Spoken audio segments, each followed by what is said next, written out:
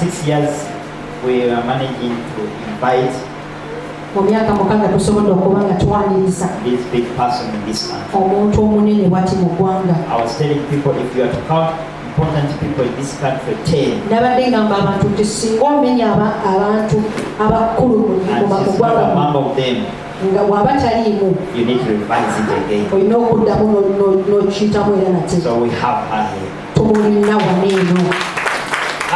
I would like to welcome my wife, njagala okwaniriza mukyala wange my beautiful wife, omukyala omulowolagavu to introduce to us about Magnolian ladies. okuba nga atwanjulira Magnolia Ladies. Thank you, sir. Omukama yeebazibwe nnyo. Praise God so much. Mukama yeebazibwe. Praise God. Ndi musanyufu nnyo nnyini ddala I'm very happy so much okubeera nga omugeni waffe yatuuse dda to see our visitor here. era n'emikwano gyaffe nga weebali, Even our friends, abasumba baffe weebali abalongisa our pastors are here. ate nga naawe wooli Even wazze. though you're here, you came. Abakyala Ladies, ddala I ekitiibwa. honor you so much. Amannya Madina Kunihira, Lydia Kenya, njagala nnyo Yesu. I love Jesus so much. Era ekintu kino engeri gye kyatandikamu, As the thing started, kyatandika ng'ekyokusaaga. started as joking. Twatandika abantu twali babiri, We were two, nze n'ono omukyala ndi emabega, me and her. oluvannyuma ennyo ne twegattibwako ttiimu endala. Mbadde basaba bajjeko wano. After we joined with the team, Kyatandika ng'ekyokusaaga. it was a joking thing. Era erinnya eryasookera ddala okuba nga tuli nalyo That the first name was, twali tweyita Kaffe. it was ours. Era buli muntu ng'agamba kiki ekiriyo, kiki ekiri eyo. Everyone was asking, what's there? What takes place there? But we had a vision for it, Twalina okwolesebwa kwakyo, and we are seeing the vision coming every time that we meet. era tulaba okwolesebwa okubanga kuba kutuukirira And as we ladies, our vision ngaffe abakyala okwolesebwa kwaffe was to equip the women okubanga spiritual omukyala physically and economically. mu by'omwoyo, mu by'omubiri n'ebyenkulaakulana. And our mission was to empower women at all levels to equip their natural abilities at their levels. Tetufaayo oba omukyala ali atya oba ali It atya. doesn't care what kind of a woman. Twagala kubeera nga buli mukyala asitulibwa. We want to see every woman to be lifted up. And all our target is to build strong families Era ekigendererwa kyaffe kubanga tuzimba amaka aganywedde through Christ. okuyita mu Kristo. And we are seeing this happening. Era tulaba kino nga And kituukirira. ever since we started, it is happening. Era nga bwe twatandika kituukirira. We've seen women being transformed. Tulaba abakyala okuba nga bakyusibwa. We've seen single mothers being strong in whatever life the challenges they face, they are strong. Tulaba abasingle mothers nga mu byonna bye bayitamu baliwera bannamwandu. The singles, those women who are yet to get married. Abawala abanatera okufumbirwa. And the only thing we were praying for, ekyo tuba tusabira okusinga, because we had tried all things out. olwokuba twali tugezezaako byonna, we were lacking the thing how to develop ourselves as women. tubadde tubulamu kino okulaba butya bwe twekulaakulanya ng'abakyala. And we thank God for this year.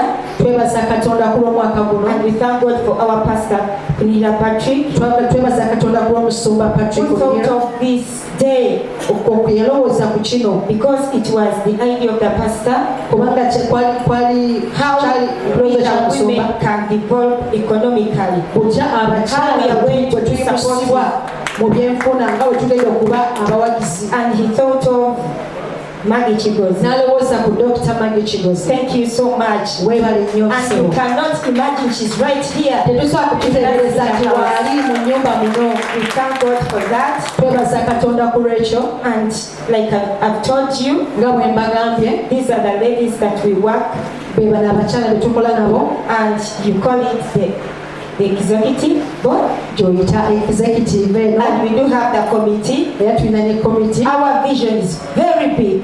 Okwolesebwa kwaffe kunene nnyo. And this conference, Era conference by the eno, end of this conference, conference eno w'enaggwera, I know that we are going to achieve many tugenda kuba nga benefits. tufunyemu ebintu bingi.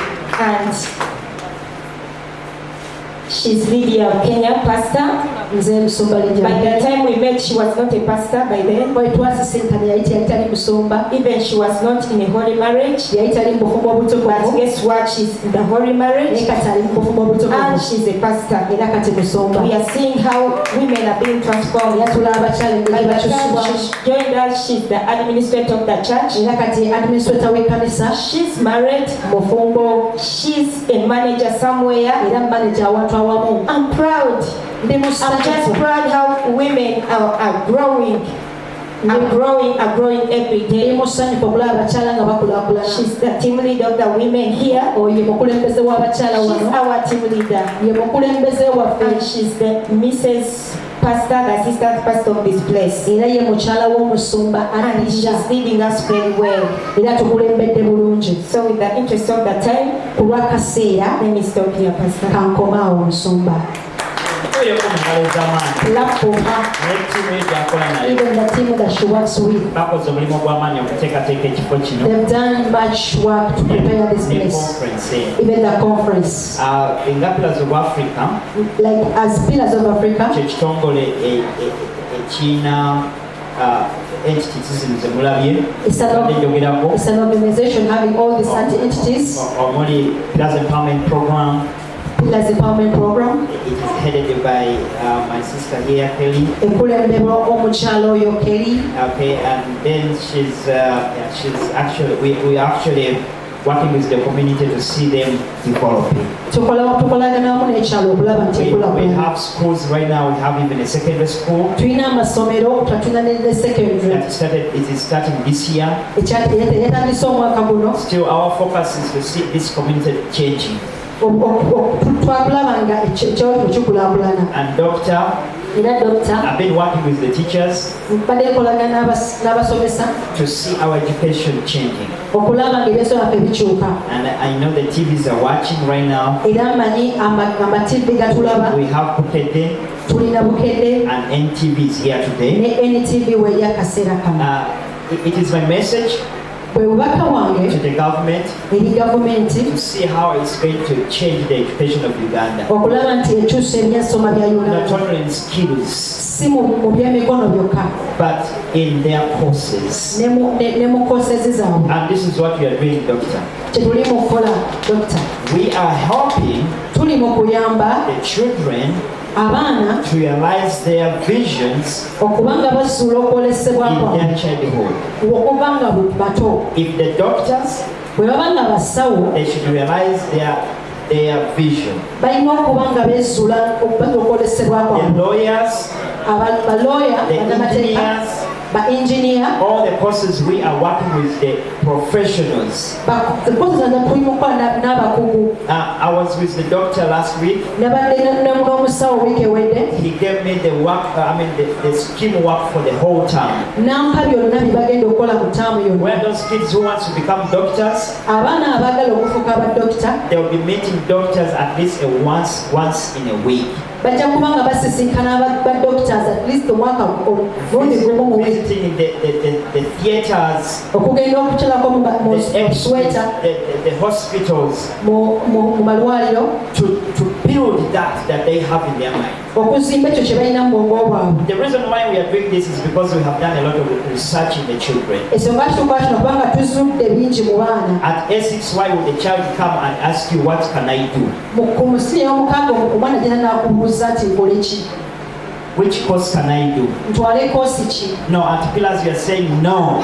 Ku Pillars tugamba nedda, We are doing it at the lower class. twagala tukikola okuva wansi, From S1, kuva mu siniya 1 from P4.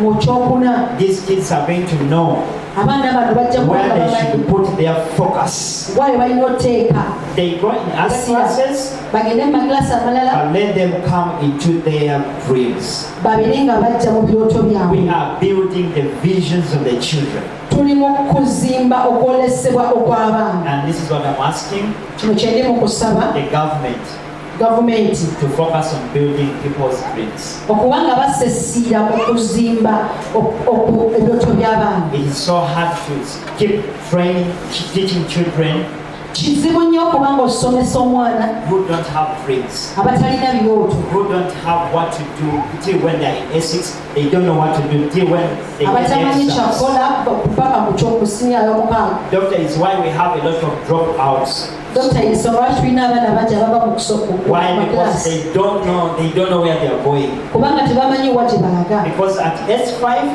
Kubanga mu senior 5 a kid still asks, what can I do? omwana asigala kyabuuza nkole ki. That is not a good standard. Ogwo si mutendera mulungi. Okay, so that's what I can pass on. Kyekyo nsobola okuba mbabuulira. I want you to allow me. Njagala okumunzikirize She gave us little time. atuwadde obudde butono. I want to use this time Njagala nkozesa obudde buno to listen to her.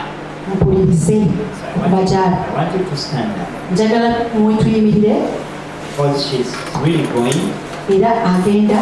but we will have her to watch our children's performance after ATO Tujja kumusaba alabe abaana baffe because she told me she wants to bamaliza okwogera break kuba fast. ayagala kukiraba.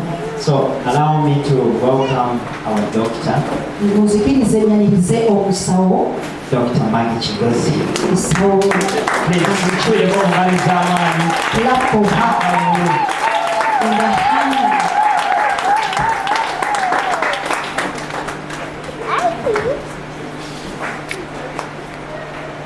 Thank you, Pastor. Webale nnyo musumba. Nange njogere lulimi ki? Nasaba Oluzungu, abasaba Oluganda tukatabula. Thank you so much for inviting me here, Pastor. Webale nnyo okunyaniza musumba. Thank you so much. Webale nnyo Mrs. Pastor. mukyala musumba. Anything to do with women, era mwangaze mumanyi. Kyonna ekikwata ku mukyala, you know me. So I never say no. To see the women who are here, Ndi musanyufu okuba nga ndaba abakyala wonna eno the way you all look, engeri gye mulabikamu they are smart. mulabika bulungi. I know we have training here. I'm sure you have Manyi trained. tulina training wonna eno They must have done your hair also. balabika babakozeeko envi. They are looking so nice. Mulabika bulungi nnyo. Yes, and to the men also Eri abaami era who insisted to support Pastor and come abasazewo okuba nga muwagira omusumba ne mujja wano. welcome to our guests, our Abagenyi baffe senga I'm happy to be here. Please. tuli basanyufu nnyo.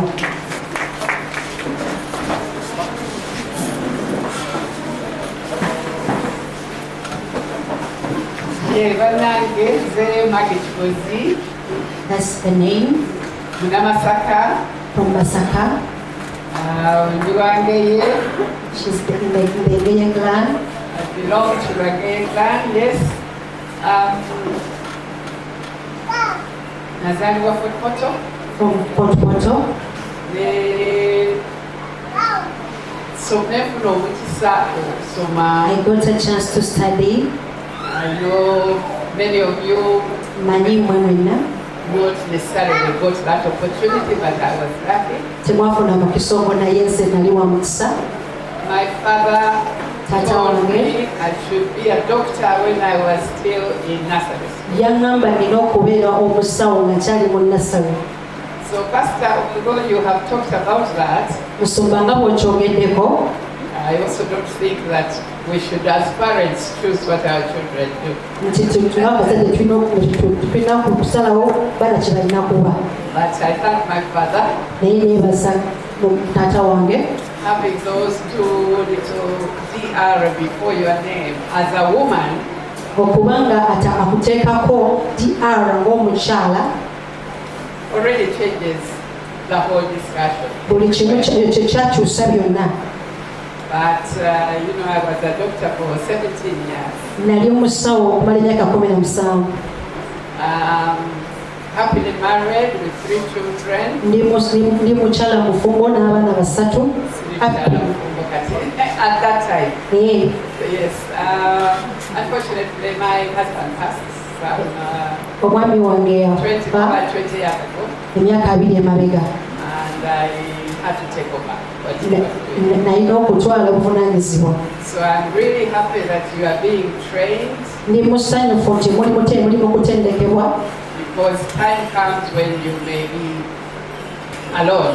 nti waliwo akaseera kasobola okuba kujja n'obeera ng'oli wekka. And even when you are still married, as you have been told here, Newe mba nga okyali mufumbo nga bwe kyogeddwa wano eno, your contribution, you have to contribute, olina okuba nga naawe olina ky'ogattako ku musajja. because life is no longer easy. It's expensive. Obulamu si bwangu, buli bwa bbeeyi. School fees, School fees yes, and then you tax and everything that they need. n'abaana bye beetaaga. So it is very, very good.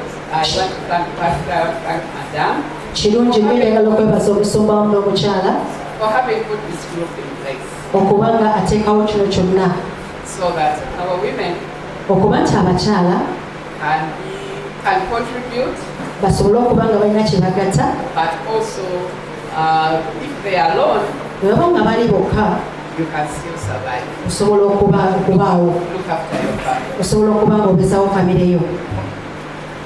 Yes, so how do you do that? Kiki mukikola mutya? How do you empower yourself? Okikola otya okuba nga weeyimisa? First of all, it is your decision. Ekisooka kusalawooko. You can. I think we have to understand, as women, we are very, very strong. Tusobola, tulina okutegeera nti ng'abakyala tuli b'amaanyi. Katonda yatukola God made us, n'atuwa amaanyi. gave us power.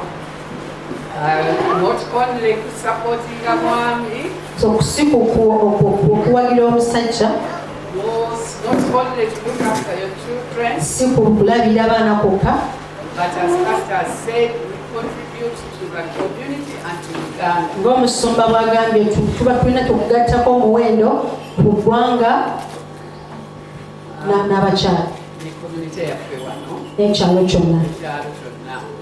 So I am happy that you are having this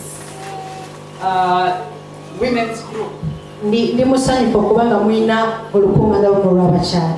and to try, we have requirements Tulina ebyetaagisa that are different from the men. ebyenjawulo ku basajja.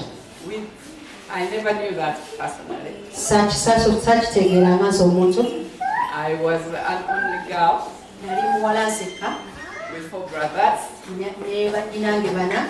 So for me, I was always looked after very well. Nali ndabirirwa bulungi nnyo. I had 2 big brothers, 2 small brothers. Nalinayo bannyinaze abakulu n'abalala abato. I had a wonderful father, Nalina taata omulungi a very hard-working mother. ne maama yali omukozi. Kale, not everybody gets this. It's like me. Tekiri nti buli muntu alinga nze. So it took me very many years Kyantwalira emyaka mingi to come onto the women's movement. okuba nga neegatta ku mugendo gw'abakyala. I thought, Nalowooza me, I can do everything. nze nsobola okukikola. Why am I doing it? Lwaki tebakikola? And I really thought it was because Then they those- had a problem. They couldn't. Nti baali tebasobola, balina obuzibu. Until I discovered later that it's the system, our whole system. N'ekizuula luvannyuma nti bwe tutyo bwe tuli. The laws, Amateeka, the opportunities for, say, education. omukisa oba ogw'okusoma. For school, when the money was little in the home, Nga okusoma nga ssente ntono mu maka, you, the women, stayed where? abakyala mwasigala waka. You did not go to school. So that was one big one. But also many Kyekyali other ekinene nnyo, things. ne waliwo n'ebirala. So many things. It's a very patriarchal society. Waliwo n'ebirala bingi nnyo. Ebyatugaananga okukulaakulana. That hindered us to develop. You could only depend. Wali on others. weesigama ku balala. Depend on your father. Okuba nga weesigama ku taatawo Many years. emyaka mingi, Depend on your husband ku mwami wo and even your brothers. ne baganda. So but we discovered along the way Ne tuzuula nga tutambula that we can also gye pull tusobolera ourselves up. okuba nga tweyimusa And there's nothing we can do. era teba tetasobola kukola. I was the first woman almost in Uganda to ride a motorcycle. Nali nze omukyala eyasooka mu Uganda okuvuga akagaali Pichi, Kagari, we were many. Pichi. Now the border ladies, there's a border association. waliwo n'abakyala kati abavuga bodaboda. Yes, because you don't have to push it, you just sit and ride. Tolina kusindika just okula butuzi n'ovuga. We have women driving the big lorries, Tulina abakyala kati abavuga emmotoka ebinene, the big buses, zibaasi. pilots. I came back Amen. from Abavuga Dubai. bulungi. What do you call that? Really, I just come back actually. I came back that day from Abu Dhabi, from Dubai. When And you leave our Dubai. pilot, Uganda Airlines, Eyali avuga the ennyonyi lady. yali yabadde mukyala.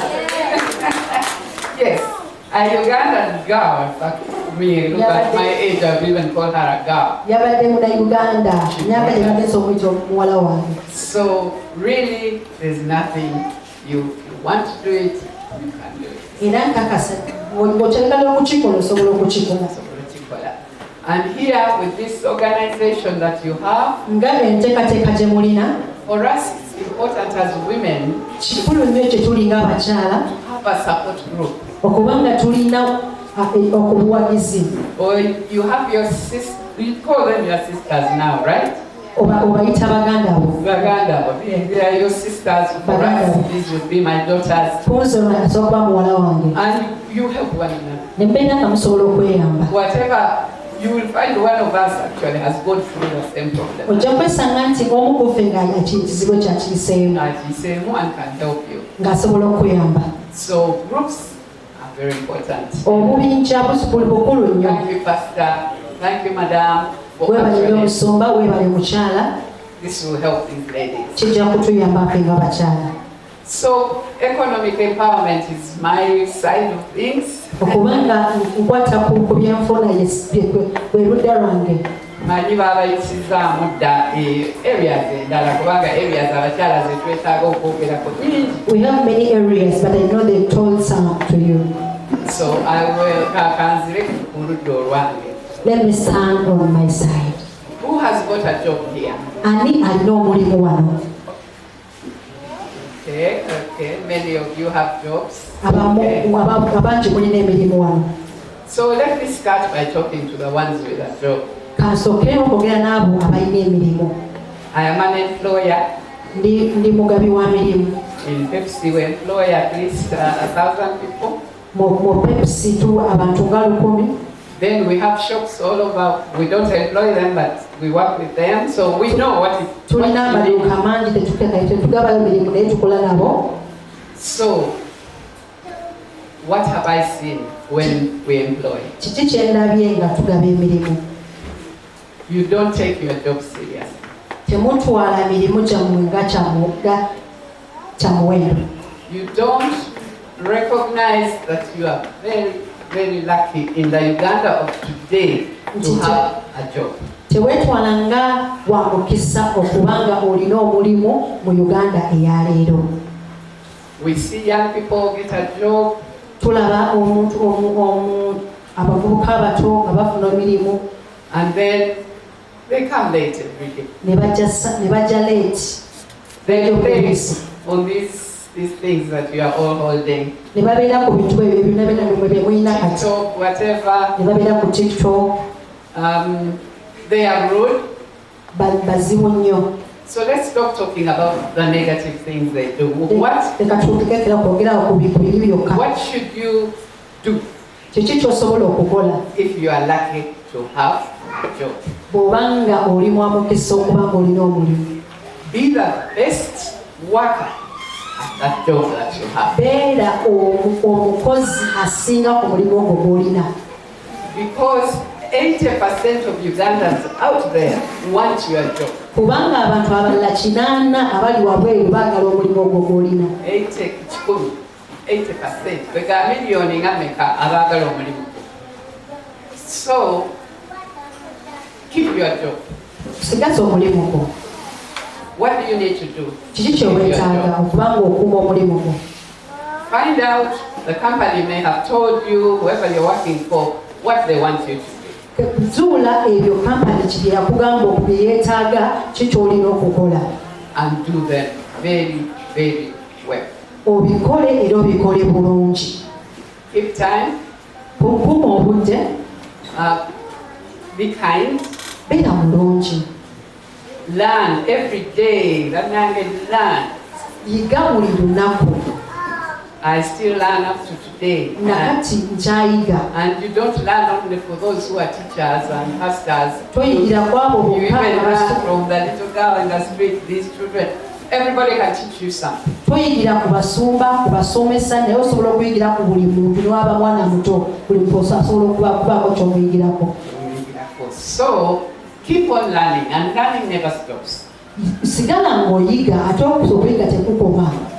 I was trained, as I told you, as a medical doctor. Nze natendekebwa okuba omusawo. I worked because of the political situation in our country in the past. Olw'ebyobufuzi ebiri mu ggwanga ebyo byayita. I had to work in Zambia, Nalina okukolera mu Zambia, Nairobi, e Nairobi, and I've worked in Uganda too, ne nkolerako ne mu Uganda era as a medical doctor. ng'era omusawo w'omudwaliro. So, of course, doctors, we all know you have to keep on learning. Era tumanyi ffenna nti ng'abasawo tusigala tuyiga. There are new diseases. The COVID was, who knew about COVID? for example? Waliwo endwadde nnyingi tugeze n'ezo zi COVID ani yali azimanyi. So, we keep on learning, and you must also keep on learning. Secondly, Tusigala tuyiga era mulina okusigala nga muyiga. Ekirala. skills. What do you know? Kiki ky'omanyi? In your job, learn everything. Ku mulimu gw'oyiga buli kimu. When your bosses are teaching you things, Bakama bo nga bakuyigiriza ekintu kiyige. communication. How do you speak to people? Empuliziganya oyogera otya n'abantu. Communication in your job to the customers, to the bosses. Ku mulimu Are gwo you rude? bakasitoma, ababosi bo, oli mukambwe, And even now you are here among friends. nga ne wano w'oli wano How are you ne banno, speaking to them? oli mu kwogera otya? The one you don't know. Abo b'otamanyi. That is a future customer, a future friend. Oyo ye kasitoma ow'omu maaso oba mukwano gwo ow'omu maaso. But if the first thing you do is, don't Ekibanga ekisooka okola bw'otyo, that person will never stand for you. omuntu oyo tali kuyimirirawo.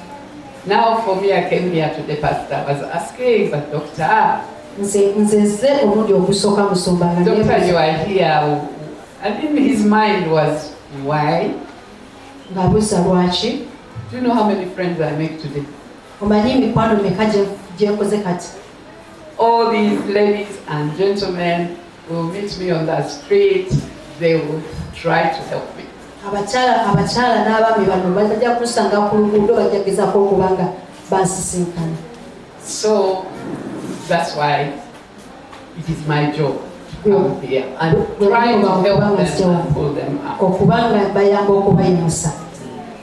So, people, skills, how are you treating? Kutya Everywhere, all of them. wonna. I am sure they took you through the family, Nkakasa babayisizaako mu maka but very briefly. akatono Family.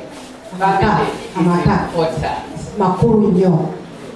Your children, Abaana bo, your husband. omwami wo, There are others.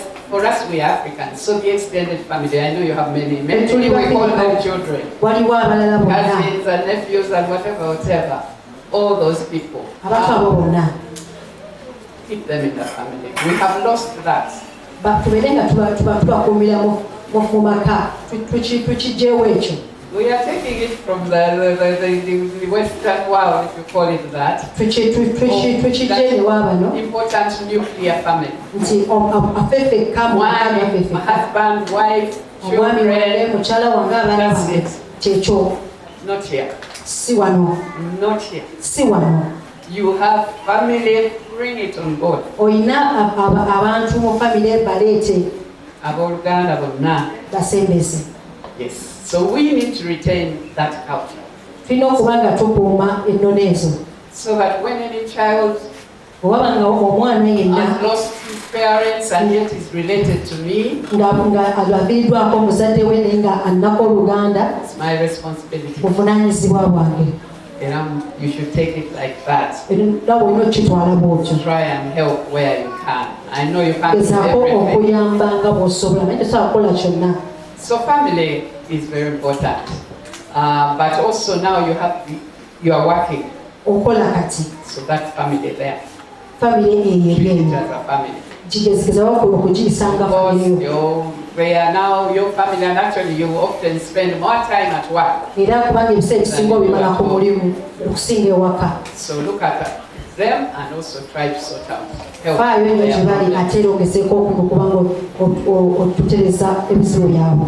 Now skills. Here they are offering hairdressing. Wano eno tuli mu kuwa nga tubayiriza ebyenviiri, kompyuta n'ebyala. It's an opportunity. Mukisa. So tailoring. You don't have to know one thing. Tolina kumanya kintu kimu kyokka. You go and know everything. Yiga buli kimu. I was telling you my story. So I was a Nabadde doctor mbabuulira for 17 years, nali musawo okumala emyaka 17. and my husband passed. Omwami wange n'afa. He was managing Pepsi Cola in Uganda. Yali akulembera Pepsi mu Uganda. Yeah. So, what could I do? Ki kye nalina okukola? Could I continue being a doctor, Nalina okusigala nga ndi musawo not making much money as you know doctors in the government? nga tokola sente nnyingi nga mumanyi mu gavumenti. So, yes, for me I said, yes I can. I'm going to this company. Nze ne ŋŋamba ngenda genda eno era ngenda kukola. But of course I didn't know anything. Era nali simanyi nnyo. Sebina kyemmanyi. Soda gye bamukolera gye bamutundira. Where they make sodas and where they sell it, I didn't know. I had no idea. Nali sina kyemmanyi. But I knew I could learn. Naye neekakasa nti nsobola okuyiga. So I'm telling you the same thing. Era You kyeri can learn. mukagamba osobola ddala okuyiga. You can find the skills somewhere. Osobola okufuna okuva ewalala. First of all, you people now have Google. Mmwe abantu mulina Google kati. Google will give you an answer to anything. Google esobola okuwa ekyokuddamu ku buli kimu. Ask and they will tell you. Buuza era bajja kubanga bakuddamu. Yes. So we all have Google now. Ffenna tulina Google kati. But also, Era they are skills. They can give you the skills. basobola okuwa skill. Me, I needed to know business. Nze nalina kuyiga business. I went to my first board meeting. I had no idea what they were talking about. Era mu meeting eyasooka eya board nali sina kyemmanyi wadde. I had partners who were businessmen, both, and they knew what they were doing. Baali bamanyi ekyokukola. I did not know anything. Nali sina kyemmanyi wadde. So could I stay there not knowing anything? Nasigala nga sina kyemmanyi? No. Nedda. I went to Professor Barunywa, who I knew. That is why then now you're the people you know. Nagenda eri Professor Barunywa kuba gwe nali manyi. I knew Nawe him. olina gw'omanyi. So I went to Professor Barunywa and said, I need help. Negendayo gyali ne mugamba neetaaga obuyambi. Luckily they have short courses. Balina kosi ennyimpi. I could not say to for a degree. Saagamba nti Or a era master's. degree oba masters. I had to look after my children, I had to work. Nalina okuba nga nkola era n'okulabira abaana bange. But those short courses, Naye kosi ezo ennyimpi. entrepreneurship skills, Entrepreneurship. Pastor, Madam, Pastor that can n'omukyala. be even here. Kiki ekisobola You okuba nga can kiweevu. give entrepreneurship skills training, Osobola okugattako eyo kosi all these people, ku so baana abantu bonna. you know how to run a business. Osobola okuba ng'oyiga butabo osobola okukwasaganya business. And don't go for the course only if you have a business. Togenda lw'okuba olina business. You are going to get a business in the future. Ogenda kuba ng'ofuna business mu maaso. I am telling you, in Uganda of today, ndi mubagamba nti Uganda ey'ennaku zino business is not optional, it's a must. nti bizinesi si kyakusalawo wabula tteeka. Here in Uganda, in other countries, Mu Uganda they may have their social security, they may have insurance. mu mawanga amalala basobola okufuna security oba insurance. For us, we don't. Bwe tetulina A little bit in some of the, yeah, but not much. Kakati, si ffenna. when they fire you from that job of yours, which you are, of course, at the moment, Bwe bakugoba mu mukono gwo gw'olina akaseera kano. I tell you, you are not doing very well. You are not keeping time. You are not being, you are not talking to people well. toyogera n'abantu But bulungi. from today onwards, that is changing, right? Kuva kati paka tekiri mu kukyukamu. When we go tomorrow to work, Tunagenda enkya okukola arrive on time. tuuka mu budde. Smile. Smiling. Nanange gloomy faces. Ezo faces ezitiisa ezo. You know you've come to work and you're looking Ez'okukola so. wenna No, nedda. you smile. Mwenyako. Yes. And then be helpful. Beera muyambe. Omulimu gwo gukole bulungi nga bwe bakulagira. Do your work as they told you. So, baleme kugoba. So that they don't chase you away. If they chase you before you are ready, Bwe bakugoba nga tonnaba kweteekateeka, where will you get another job? ogenda kuggyawo omulimu omulala. There are so many people out there all looking for. Bantu bangi nnyo abali wabweru eyo. Abali okufuna So don't allow them to chase you because you are late, tobaganya kukugoba olw'okuba otuuka leeti, you are rude, oli mukambwe, or you don't appear to, you don't volunteer. temuyamba. I can see you are all here today and nobody is paying you to be here. So you are volunteering, Ndaba right? mwenna muli wano naye temusasuddwa, muli mu kuyamba. Do more volunteering. Kola nnyo okuyamba. Even at work, Ne ku mulimu, help your friends. yambako. If there's something you know, don't say, now that is for me alone. Bw'oba ng'olina ky'omanyi togamba nti ekyo kyange nzekka. Share. Let others also know. The more you are, the whole company will get better. Gabanako ne banno. Kampani esobole okuyimuka. So that is now at work. You are going to be like that from tomorrow, right? Ekyo kye kiri ku mulimu. Tugenda kubeera banjawulo enkya. But as I said, business for you is not optional. It's something you must do. Nga bwe ŋŋambye nti okubeera ne bizinesi si kyakusalawo wabula oyiteeka. When I went to do business, Bwe nagenda okukola bizinesi I did not choose. saasala. I was a doctor, I was giving my injections quite happily, Nali musawo nga nkuba empiso zange bulungi nnyo nga ndi musanyufu. and found myself in business. Ne neesanga nga ndi mu bizinesi. So that those small lessons I learned, like you can learn here, Ezo lesoni ze nayiga nga ze musobola okuyiga wano. business skills. I got a skill. So what I did, because I was in Pepsi, I did entrepreneurship to know how to run a business. Kye nakola nti nagenda nenyiga entrepreneurship okusobola okuba nga nzirukanya business. I did finance for non-finance managers. There are those finance managers, they Nakola know finance finance. olw'okuba nga nali ngenda kufuuka finance manager. I was going to do business. You need to know finance. Era olina okutegeera finance. You have to understand finance. Olina okutegeera finance. So there are short courses. Waliwo courses ennyimpi. It is finance for those of us who are not finance people, who did not study finance. Abatayiga finance. But it simplified for you so you understand your business is about money. N'otegeera nti bizinesi yo eri ku ssente. Then there's customer care. Waliwo okufaayo ku bakasitoma. Customer care. Customer care. Ugandans, we are wonderful. As the foreigners will tell you, we smile, we are happy. Abannayuganda tuli balungi nnyo, tuli basanyufu, tumwenya. Wait until you go into our shop. Lindako tugende mu maduuka gaffe.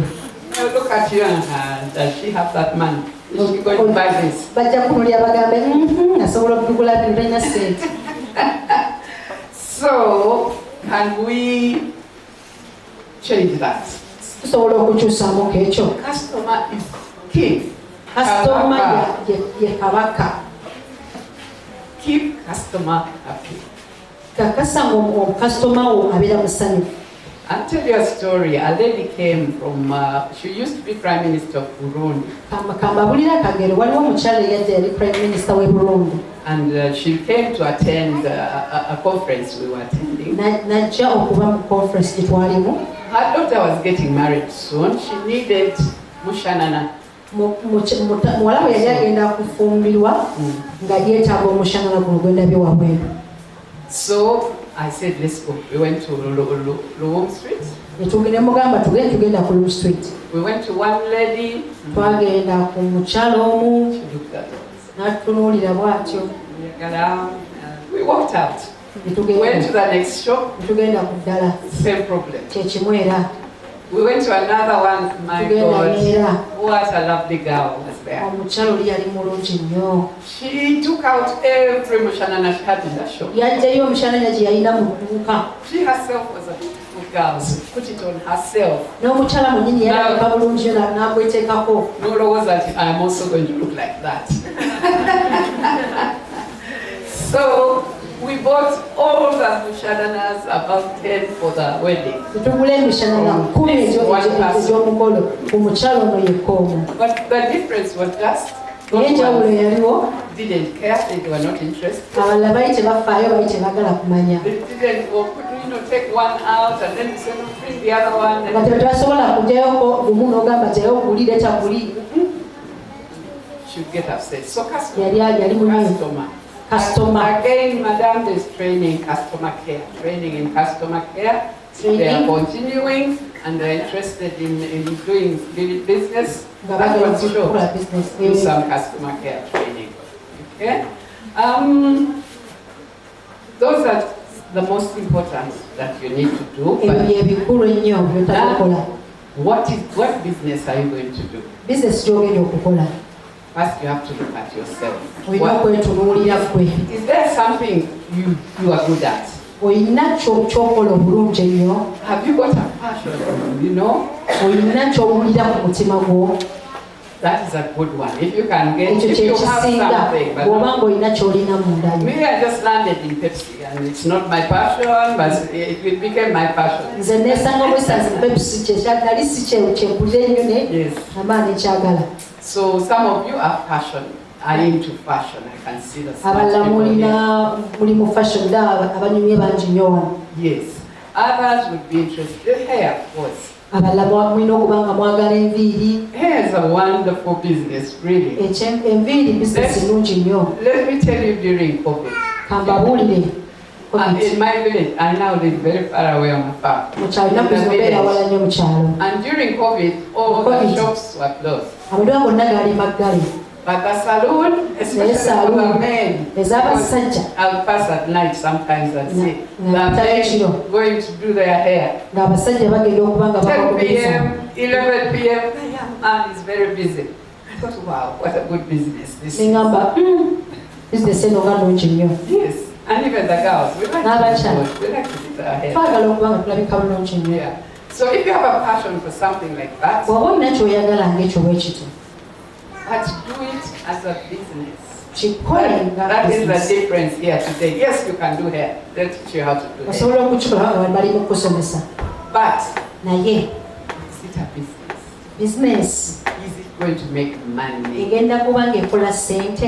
Yeah, and is it going to get customers? Who will be coming back? This is the person who does my hair. This is the one. You know? Yes. So how do you make yourself that? Again, that is just putting in the effort.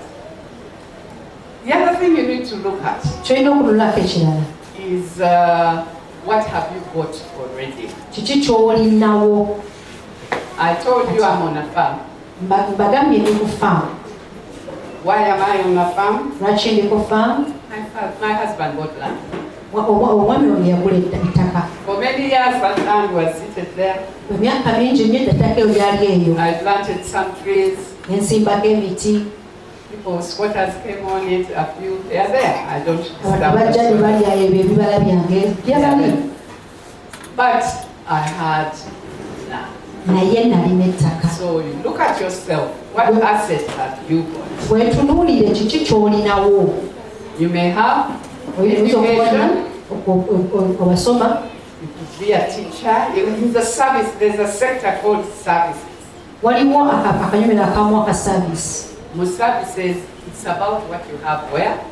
In your head. Kiri ekyo ky'olina mu mutwe gwo. In your head. So you can open a school. What's for Osobola you? okugulawo essomero. You can open a clinic. Osobola okugulawo clinic. Computers would also go in there. You The can do computers, some, yeah. you have a computer, or even these smartphones are like computers. N'essimu zino ziringa computer. You can do some work. Osobola okukola emirimu awo. Yeah. If you have a car, Olina emmotoka. that is enough. Depending on what you know, it's not the one just taking you home and bringing you back. Ekyo kikutwala nga seye kutwala ewaka n'ekukomya. What else can it do? Kiki ekisobola okuba nga kikola ekirala. Yeah. So look at the service sectors. Those of you who have some education, some skills. Abalina kubikubiri ku buyigirize obumu. And the investment is generally not very heavy in those sectors. Yeah, maybe a school you need to put up something. Ng'oyetaaga essomero olina okubaako by'okola. But others, you know, you can look after babies, for example. Abamu osobola okulabirira abaana abamu. Young babies in your sitting room. That's Ng'osobola okulabirira abaana mu ddiro lyo. Madam Mariam Liombo Taiba Group of Schools Omukyalo oyo wa Tauba and Madam Victoria of Victoria Schools. n'omukyala wa Victoria They Schools started in their sitting room. batandikira mu sitting room zaabwe. They started with a class in the sitting room. Batandikira mu madiro gaabwe. And from there, you know the Victoria School Era okuva awo mumanyi Victoria and Taiba. Very big schools. ne Tauba amasomero ago amanene nnyo. They were able to do that. Baali basobola okukikola. The simple sector for us as Uganda, if you have some land like me, Bw'oba ng'olinawo ettaka wansi obulimi. obulimi. But again, tujja kukola commercial. Naye era tugenda kubanga tubukola nga bwa kutunda. Bakutunda. Si nga bwe bajjajjaffe kubedda batuliisa. Like We grow our our food. We grow our food, tuli right? emmere yaffe era.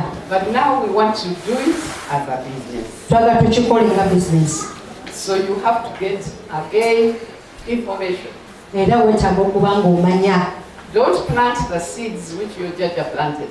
Tosimba birime jjajjawo bye yasimba. There are good seeds out there. Waliwo ensigo ennungi ebweru eyo. In everything, when I say seeds, it can be seed in a baby goat, Mu buli kimu. a cattle, you know, a better breed, yes, of a goat. Embuzi ento ennungi. You can, everything. Buli kimu. Beans, better beans. Ebijanjalo ebirungi. Very nice beans. Ebijanjalo ebirungi. Every crop, there are Kibala. good seeds. Can you look for them? Osobola okuzinoonya. Narrow. There are places. Waliwo ebifo ebirungi. Come and visit me. I can show you one or two. Jangu munkyalirako osobola okubalaga kimu ku bibiri. Pastor is saying you are going to come and visit. Omusumba agambye nti mugenda kujja munkyalireko. But it's not only me. They Si are nze nzekka. here, this side. Neeno oyo sayidi eyo. Kabanyolo is right here. Kabanyolo sayidi eyo. They have the nice things. Balina ebifo ebirungi. Narrow and there is further on the way to Busite. Narrow, the science place. The agricultural science, I think it's narrow. Yeah. It's also that side. They have everything. Balina buli kimu. They'll show you the seeds, they'll show you how to Babalaga do ensigo it. omutendera bwe kikola. Makerere University is part of. Makerere University naye era. So, get information, get the right raw material, Kuno the seeds, okumanya era ofune ekintu ekituufu. and how you plant it. N'engeri gy'osobola okukisimba. Matoke is from here to there, not just anyhow. Amatooke. You have to know. Olina okutegeera. So, you have to learn. Olina okuyiga. Visit a farmer who is good. Kyalirako omulimi omulungi. Wherever there are very many around here. Waliwo bangi nnyo wano. Gayaza High School, that was my school. Gayaza High School We have a farm. Tulina farm. And every year they train young people Twera tutendeka abaana from all abato. over the country. Ensi yonna. But, you know, so look for information. In other words, that's noonya okumanya. Noonya okumanya. Ne kiki ky'osobola okukola ku ttaka ggwe ly'olina. What can you do on that land you're having? If it is very small, Bwe kiba nga kitono, there's something called urban farming. waliwo okulima okutono Ku nnyumba yo. at your house. KCCA is teaching us. KCCA They have etusomesa somewhere where they actually teach urban farming. balina we basomeseza So that you don't buy your food. osobole okuba nga togula You grow your tomatoes, Olima ennyaanya zo, some in Kavera, ezimu mu plastic Kavera. huts, some in whatever, small places, even Wonna up on wosobola the okulimira wall, mu kalimi. they'll teach you. basobola okusomesa. I think you've seen it on TV, no? Muzirabyeko ku TV. Temuzirabye? Ebirimu bye balimira mu mipiira by'emmotoka, kyonna ky'olina. Whatever you have, put soil And the seed, n'ensigo and near your house. awo kumpi n'ennyumba yaawo At least you'll be able to eat. era So that osobola is okuba ng'olyako. urban farming. Okwe kulima okutonotono. Now, agriculture, if you have more land, Obulimi bw'oba olina ettaka eddene, if you have taka and you need to protect it. when you have land, you need to If you weetaaga leave it okugikuuma. empty now, today, Bw'oliteeka akati nga lyereere, you see what we see on TV every day. mulina bye mulaba ku TV. People will fight for your land. Abantu bajja kulwanira ettaka lyo. So, if you are really like me when I was at the UIA, I was busy. Bw'oba ng'olinga nze bwe nali eyo nali bize nnyo. And I could not find time to actually do proper any other agriculture. Nga nali sobola kufuna budde kuba nga nkola ebyobulimi. So I planted trees. Ne nnima emiti. I planted trees on my land. Nalima emiti ku ttaka lyange. I continued working. Neesigala nga nkola. When I finished working, even the trees were mature. Bwe namalisa okukola n'emiti gyali gikuze, You could cut them, sell them, and have initial capital.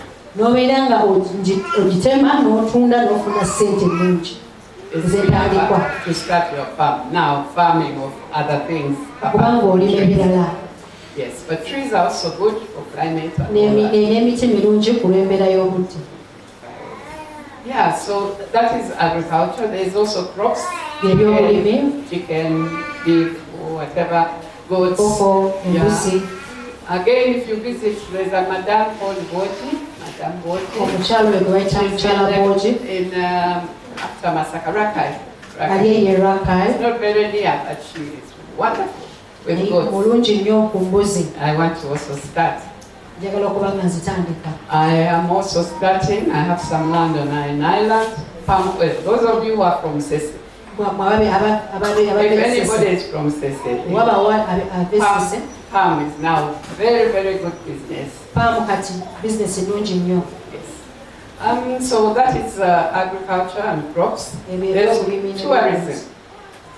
Tourism. Pastor, you brought us here. We'd really like. We are happy to be here. We are lucky, Tuli basanyufu nnyo. happy to learn from you, and tourists would like to also see what you do. Tuyize bingi To meet tulina these people. abalambuzi bajagadde okujja ne bakusinkana. But also for you. Nammwe era Oyina ki omulambuzi kyayinza okwagala okujja okulaba? what do you have that the tourist can want to see? I have forests, so I'm looking at bird watching. Nina ekibira bajja okulaba ebinyonyi. Tourists, they want to see agriculture also. Bagala okulaba ebyobulimi. As you see, some of them here, they have never seen a coffee tree. Abamu ku bantu tebalabako na They have kofi seen bana bali wano. coffee on that, Balaba kofi ku mmeeza but have never. So even coffee is exciting. ne kofi. Bagala omulaba, yes. So agritourism is another opportunity. We have a number of women who are doing very well. Ebyobulambuzi nayo bimu tulina abakyala bangi abali mu kubikola obulungi. People pay up to even 80,000 per person Abantu basasula just kalonga munaana buli to muntu see your farm just okuba nga balaba faamu yo and to learn from you. n'okukuyigirako. Yes. So tourism, apart from agriculture, ebyobulamuzi ng'ogyeko ebyobulimi I saw 2 young ladies on Entebbe Road. abawala They set up what they called a snake park. Snake park. snake park. Yes. If you are coming from the airport, you see a billboard in the snake park. Now, do you think that was very difficult? What did she need? What did they need? They just needed a few snakes. Snakes are available, right? They bite you now and then. The snakes are available. They have snakes, some little boxes of some kind. And people, they are coming, going to the Sheraton where they stay. It's bored and say, I will go to my hotel, put my luggage, I'm coming back to see the snakes. Yes, so those are smart ladies. There is the gentleman who runs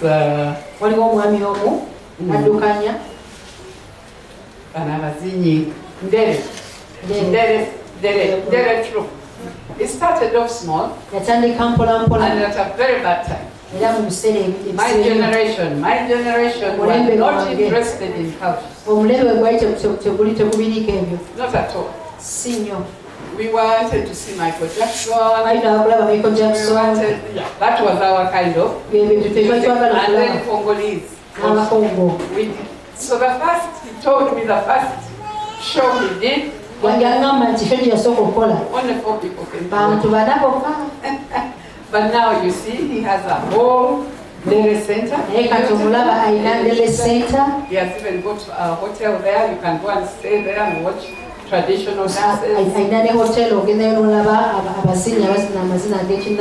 Every Sunday, every Saturday, all the tourists in Kampala are in Ndere Center. And when Uganda, the president is going anywhere, it is Ndere that goes. So that is Mr. Rendeze, and he told us his story. Nobody can follow. So you can do something like that. The people we saw here are very good staff as a group, but also as individuals. Who doesn't know Nabio? My son is a musician. You don't know? Yes. So even now from here, like the training they will get here, individually they will be the next generation. Yes. But of course, even as a group, as I told you earlier, they have been so successful. So tourism, there are many things. There are hotels, big ones, little ones. There's food. On the roadside, there's people want to eat. Yeah. So tourism is a big opportunity. And nowadays, Uganda is coming up. We have a lot of oil.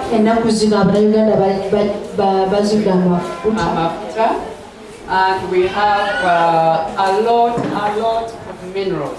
These studies were done a long time ago. But President Museveni was very smart. People like in South Africa and Botswana and so many countries, all those diamonds and gold have been taken. Museveni said no. I can see you have gold here. We have gold everywhere.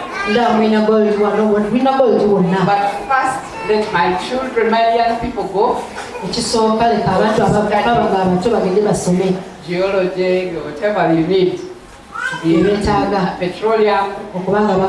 Now they have studied, you see petrol is coming. Minerals are coming.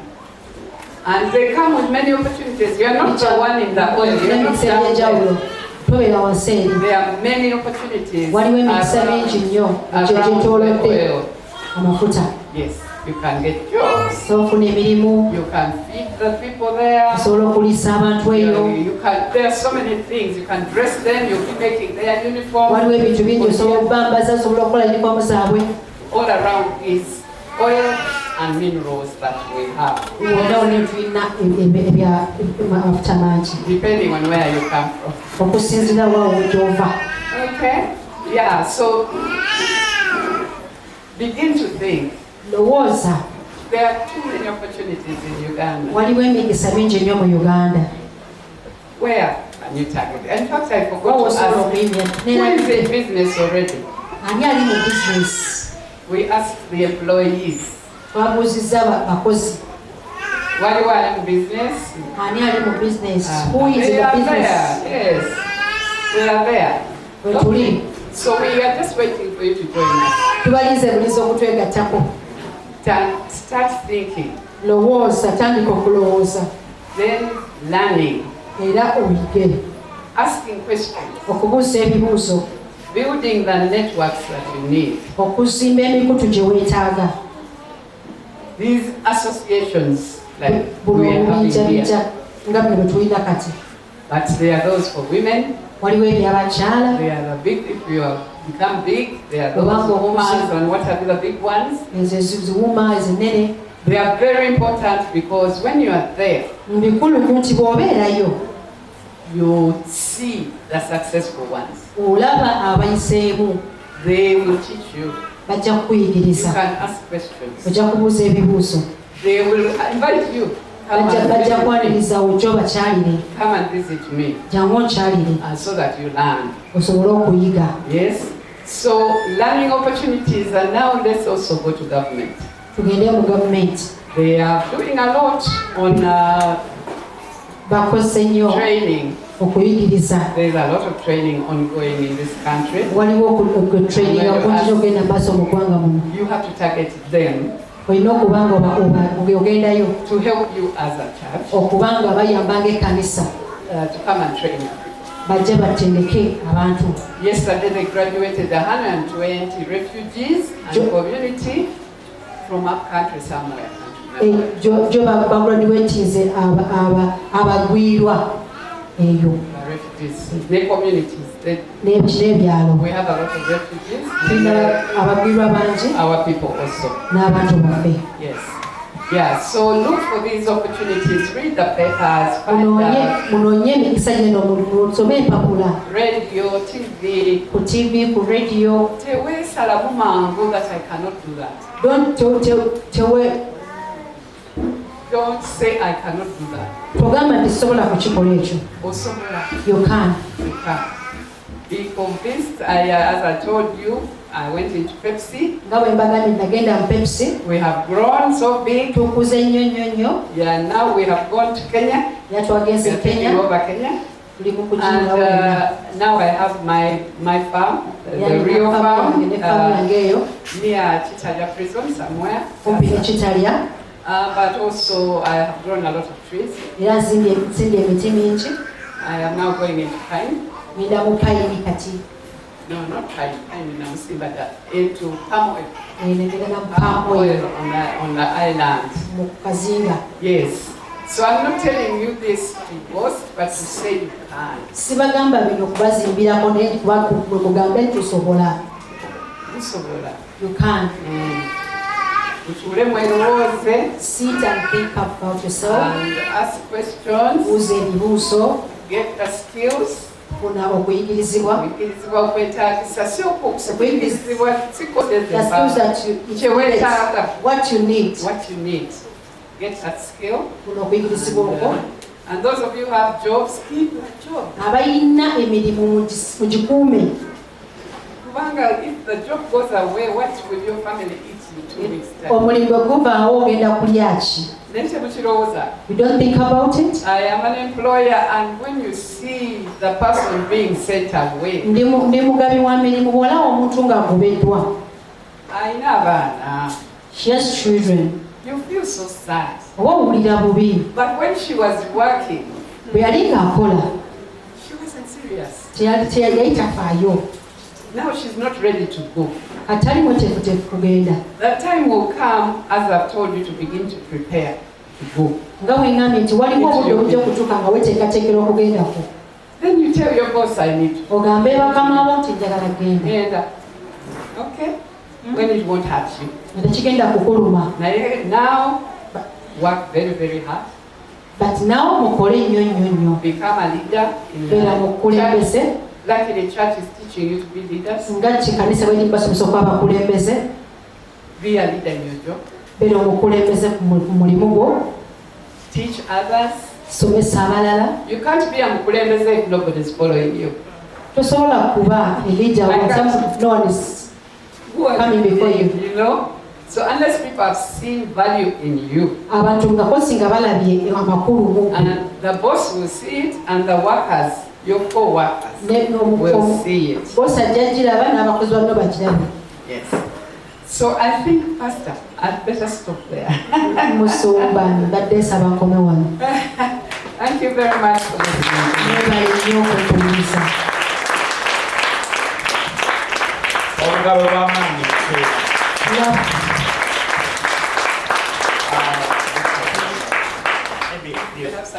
yeah, sure. Ekibuuzo. If you have a question, abantu basatu. 3 people. Ekibuuzo. If you have a question, bakumpereka microphone. Muso mukono gwo. a question, raise up your hand if you have a question.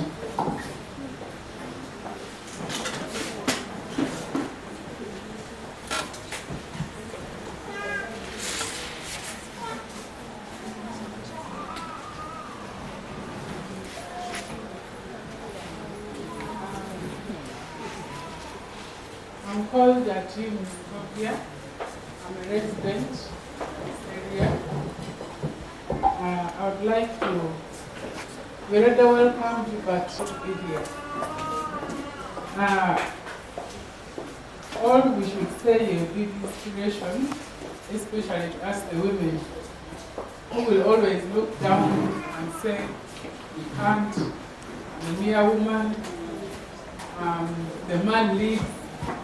And you mentioned something about, God forbid, in case that husband, that man, that father, that brother leaves, where do you stand? Yes. So, we take a lead from you when you say business is not only for those who are unemployed. It's not an option, like you say.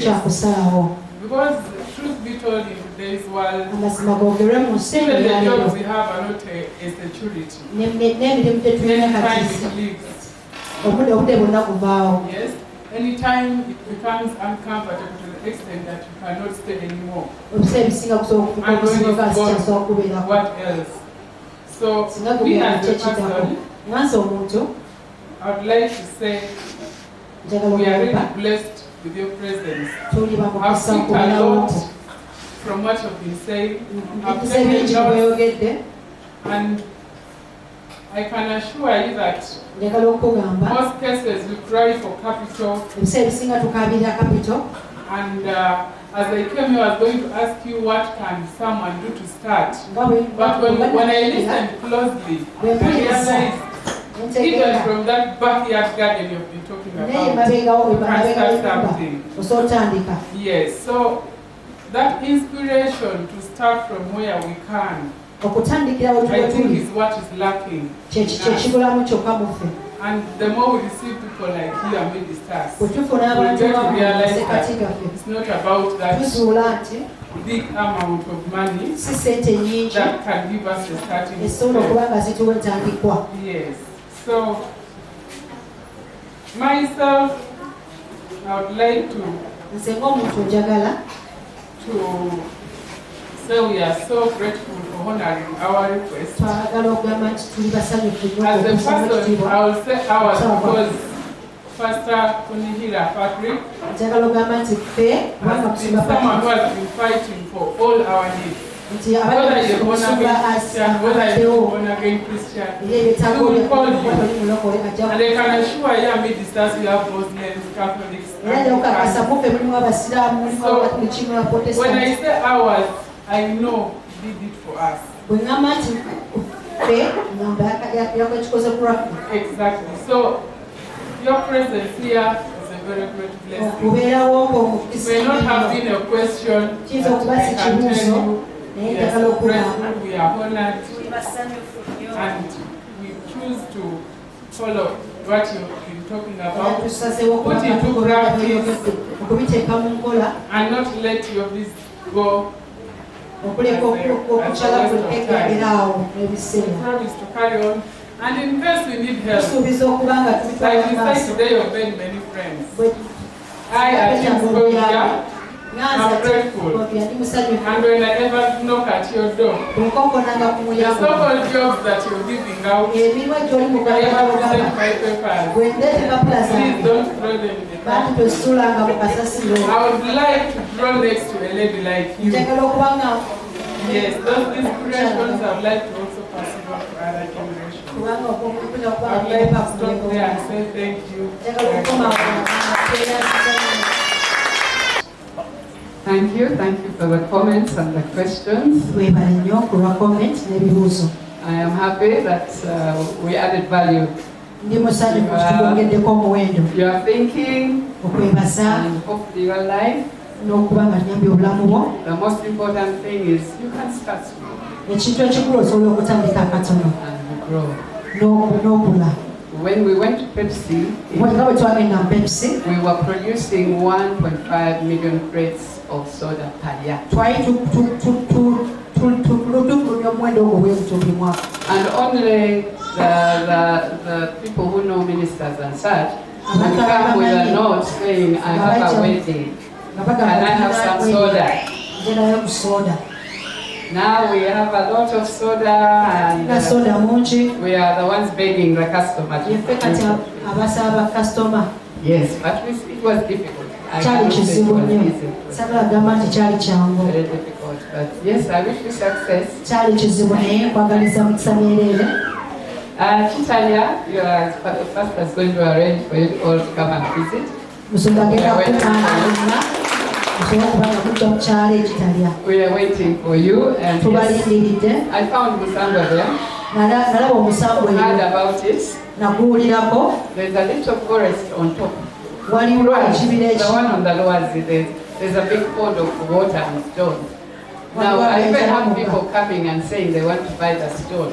bantu nga bagala kula mayinja mu lwazi olwo And I have refused. ne mbagaana And then the forest also, I did not cut it down. satema It is ekibira there. kyekiri Near the Loazi, the ekyo forest ekiri is kumpi there. n'olwazi Then one see right down at the water. ne The wansi forest, the one on my land, because others have cut theirs. ekirala I kiri left the forest. So nakirekawo the forests are still there to protect ekiri okuba nga kikuuma Utonde. obutonde Yes. But yes, we are growing coffee. We tuli are mukula growing matoke. tuli mukukuza emwanyi amatooke enkoko And we have mangoes. n'emiyembe If they had allowed you near the top, there are a lot of singa mangoes. bakukkiriza waggulu eyo waliyo emiyembe mingi They didn't want you to eat my mangoes. Yes.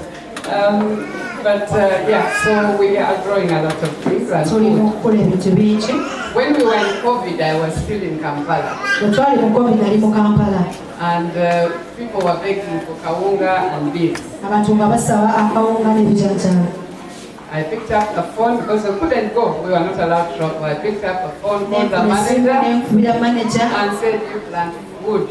nembaga nimugamba lima emmere Cassava, muwogo, matoke, just beans, a lot of beans. ebijanjalo nga bingi nnyo That's what we did. That's what we did. ebitwala And so COVID now, when it comes, you will still have food.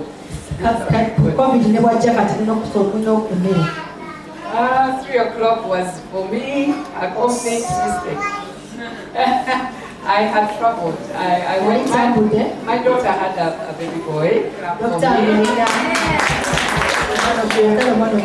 She's not very young, so it wasn't that easy. But she had a baby boy. I stayed with her for a whole month.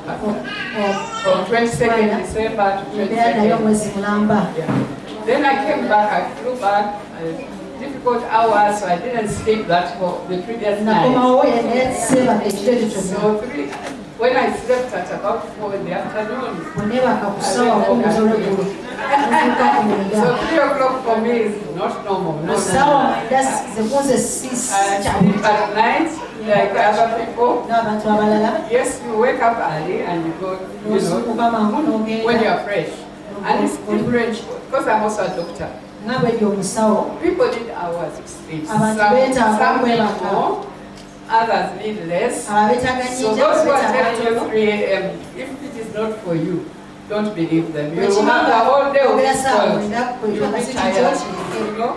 So for them they are like that. They don't need sleep. But for me I need it.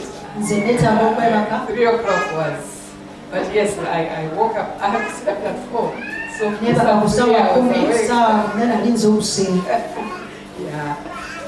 Thank you very much for the question.